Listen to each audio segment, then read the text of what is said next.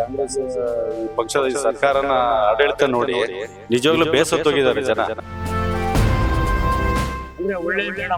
ಒಳ್ಳೆ ಎಮ್ಎಲ್ಎ ಇಂಥ ಎಮ್ಎಲ್ಎ ನಮಗೆ ಬಹಳ ನೇರು.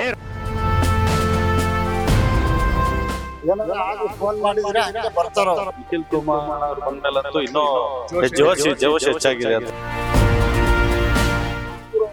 ಕಾಂಗ್ರೆಸ್ನವರು ಇಲ್ಲದ್ದು ಸಲ್ಲದ್ದು ಎಲ್ಲ ಕೊಟ್ರಲ್ಲ ಸ್ವಾಮಿ, ಆ ವಾದ ಆದ್ಮೇಲೆ ನಮ್ಮ ಸೀಟ್ ಕಡಿಮೆ ಆಗ ಕುಮಾರಸ್ವಾಮಿ ಅವರು ದೇವ್ರಿದ್ದಂಗೆ. ನಮ್ ಭಗವತಿಕೆರೆಯಾಗ ನಮ್ಮಮ್ಮ ಐತಲ್ಲ, ಅದು ಒಳ್ಳೆ ಭಗವತಿಕೆರೆ ಅಂತಾರೆ ದೇವಸ್ಥಾನ. ಏನ್ ಮಾಡ್ಕೊಟ್ಟಾರ ನಿಮ್ ಊರಿಗೆ? ನಮ್ ಊರಿಗೆಲ್ಲ ಸಹಕಾರ ಕೊಟ್ಟಿದ್ದಾರೆ, ಎಲ್ಲ ಮಾಡ್ಕೊಟ್ಟಿದ್ದಾರೆ. ಏನಾರ ಬಡವರು ಏನಾರ ಆದ್ರೆ ಫೋನ್ ಮಾಡಿದ್ರೆ ಹಂಗೆ ಬರ್ತಾರ ಅವ್ರು. ಹೌದಾ? ಎಷ್ಟೊತ್ತಲ್ಲಿ ಫೋನ್ ಮಾಡಿದ್ರು?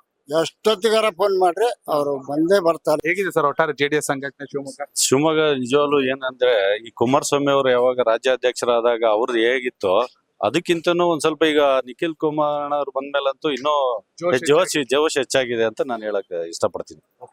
ಈ ಒಂದು ಸದಸ್ಯತ್ವ ಅಭಿಯಾನ, ಮಿಸ್ ಕಾಲ್ ಅಭಿಯಾನ ಎಷ್ಟು ಶಕ್ತಿ ತುಂಬುತ್ತೆ ನಿಮ್ ಪಕ್ಷಕ್ಕೆ? ನಿಜ ಈ ಸಲ ಅಂತೂ ಯಾಕೆಂದ್ರೆ ಕಾಂಗ್ರೆಸ್ ಈ ಪಕ್ಷದ ಈ ಸರ್ಕಾರನ ಆಡಳಿತ ನೋಡಿ ನಿಜವಾಗ್ಲೂ ಬೇಸತ್ತೋಗಿದ್ದಾರೆ ಜನ. ಆದ್ರೂ ನಮ್ಮ ಈ ಕಾಂಗ್ರೆಸ್ ಇದರಲ್ಲೇ ನಮ್ಮ ಶಿವಮೊಗ್ಗ ಗ್ರಾಮಾಂತರದ ನಮ್ಮ ಶಾರದಾಪುರಕ್ಕೆ ಅತಿ ಹೆಚ್ಚು ಮತಗಳಿಂದ ಇಲ್ಲಿ ಗೆಲ್ಸಿದ್ದಾರೆ. ಇನ್ನು ಮುಂದಿನ ದಿನಗಳಲ್ಲಿ ಅವರ ಹೆಚ್ಚಿನ ಸಂಘಟನೆ ಮಾಡಕ್ಕೆ ನಮ್ಮ ಗ್ರಾಮಾಂತರದಲ್ಲಿ. ಏನ್ ಎರಡನೇ ಸಲ ಗೆಲ್ಲಕ್ ಸೀಕ್ರೆಟ್ ಏನಂತೀರಾ ಶಾರದಾಪುರ ನಾಯಕ್ ಅವ್ರದ್ದು? ಸಂಘಟನೆ ಹೇಗಿದೆ? ಸಂಘಟನೆ ಹೇಳ್ಬೇಕಂದ್ರೆ ನಿಜವಾಗ್ಲೂ ಚೆನ್ನಾಗಿದೆ. ಅದರಲ್ಲಿ ಏನೇ ಒಂದು ಇದಿಲ್ಲ. ಯಾಕಂದ್ರೆ ನಿಖಿಲ್ ಅವರು ಈಗ ಬೃಹತ್ ಸಮಾವೇಶ ಕಾರ್ಯಕರ್ತರ ಸಮಾವೇಶ ಮಾಡ್ತಾ ಇದಾರಲ್ಲ, ಅದರಿಂದ ಇನ್ನೂ ಹೆಚ್ಚಿನ ಬಲ ಬರುತ್ತೆ ಅಂತ ನನ್ನ. ಎಷ್ಟು ಸೀಟ್ ಗೆಲ್ತೀರಾ ಸರ್ ನಿಮ್ ಪ್ರಕಾರ ಶಿವಮೊಗ್ಗ ಜಿಲ್ಲೆ ಅಂತ ಬರೋಣ? ಶಿವಮೊಗ್ಗ ಜಿಲ್ಲೆ ಅಂತ ಬಂದಾಗ ನಾವು ಒಂದು ನಾಲ್ಕು ಭದ್ರಾವತಿ ಆರಾಮ್ಸೆ ಗೆಲ್ಲಬಹುದು, ಸ್ವಲ್ಪ ಟ್ರೈ ಮಾಡಿದ್ರೆ ತೊಂದರೆ ಇಲ್ಲ. ಸೊರಬದಲ್ಲೂ ಜೆಡಿಎಸ್ ಓಟಿತ್ತು ಮಧು ಬಂಗಾರಪ್ಪ ಅವ್ರು ಇದ್ದಾಗ. ಎಲ್ಲೆಲ್ಲಿ ಪಕ್ಷ ಸಂಘಟನೆ ಮಾಡಬಹುದು?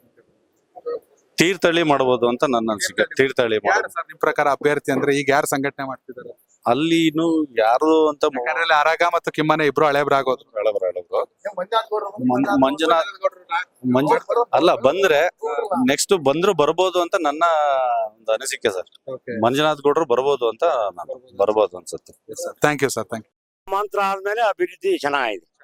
ಗ್ರಾಮಾಂತರ ಆದ್ಮೇಲೆ ಮೇಡಮ್ ಇದ್ರ ಮೇಲೆ ಬಹಳ ಅಭಿವೃದ್ಧಿ ಆಗಿದೆ. ಅಂದ್ರೆ ಒಳ್ಳೆ ಮೇಡಮ್ ಅವರು, ಒಳ್ಳೆ ಎಮ್ಎಲ್ಎ. ಸರ್ವಜ್ಞ ಹೋಗ್ಲಿ ಎದ್ದು ಕದಾಕ್ತ ಬಾರಪ್ಪ ಒಳಗಡೆ ಅಂತ ಕರೀತಾರೆ. ಯಾವ್ದೇ ಕೆಲಸ ಕಾರ್ಯ ಕೇಳಿರೋ ಇವತ್ತಲ್ಲ ನಾಳೆ ಆದ್ರೂ ಮಾಡ್ಕೊಡ್ತಾರೆ.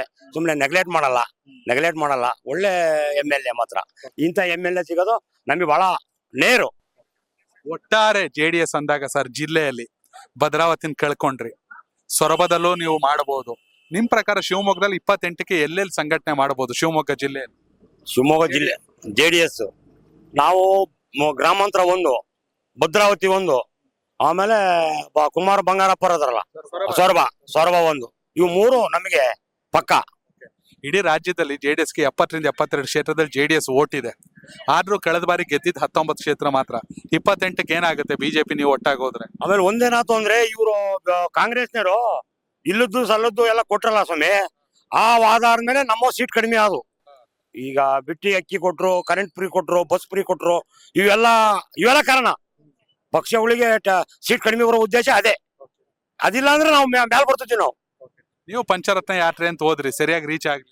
ಇಲ್ಲ, ರೀಚ್ ಆಗಿದೀವಿ. ನಮಗೆ ಅಡ್ಡು ಬಂದದ್ದು ಅದೇ. ಇವ್ರು ಏನು ಕಾಂಗ್ರೆಸ್ ಕೊಟ್ಟಲ್ಲ, ಅದೇ ನಮಗೆ ಸ್ವಲ್ಪ ಹೊಡ್ತಾ ಬಿದ್ದು. ಈಗ ನಿಖಿಲ್ ನಾಯಕತ್ವ ಎಷ್ಟು ಪ್ಲಸ್ ಆಗುತ್ತೆ? ನಮಗೆ ಪ್ಲಸ್ ಆಗುತ್ತೆ. ಯುವಕರದಾರೆ ಒಳ್ಳೆ ಚೆನ್ನಾಗಿ ಸ್ಪಂದಿಸ್ತಾರೆ, ಎಲ್ಲಾ ಕಡೆ ಹೋಗ್ತಾರೆ ಬರ್ತಾರೆ, ಸ್ಪಂದಿಸ್ತಾರೆ. ಕುಮಾರಸ್ವಾಮಿ ಅವರು ದೇವ್ರಿದ್ದಂಗೆ. ಅವ್ರ ಜನ ಒಪ್ಕೊಂತಾರ, ಅವ್ರನ್ನ ಒಪ್ಕೊಂತಾರೆ. ಕುಮಾರಸ್ವಾಮಿ ಅವರು ಒಪ್ಕೊಂತಾರೆ, ದೇವ್ರ ಸಮಾನ ಅವ್ರನ್ನ ಒಪ್ಕೊಂತಾರೆ. ಅವ್ರು ದೊಡ್ಡವರಾದಾರೆ, ಅಪ್ಪಾಜಿ ಅವರು ಅದಾರೆ, ದೇವೇಗೌಡರು ಅವರು ಒಳ್ಳೆ ಲೀಡ್ರೆ. ಚೆನ್ನಾಗತ್ತೆ, ಏನ್ ತೊಂದ್ರೆ ಇಲ್ಲ. 28ಕ್ಕೆ ಅಧಿಕಾರಕ್ಕೆ ಬರ್ತೀರಾ ಕುಮಾರಸ್ವಾಮಿ ಅವರು? ಬಂದೇ ಬರ್ತೀವಿ. Thank you sir. Connect Karnataka, ಇದು ನಿಮ್ಮ ನೆಟ್ವರ್ಕ್.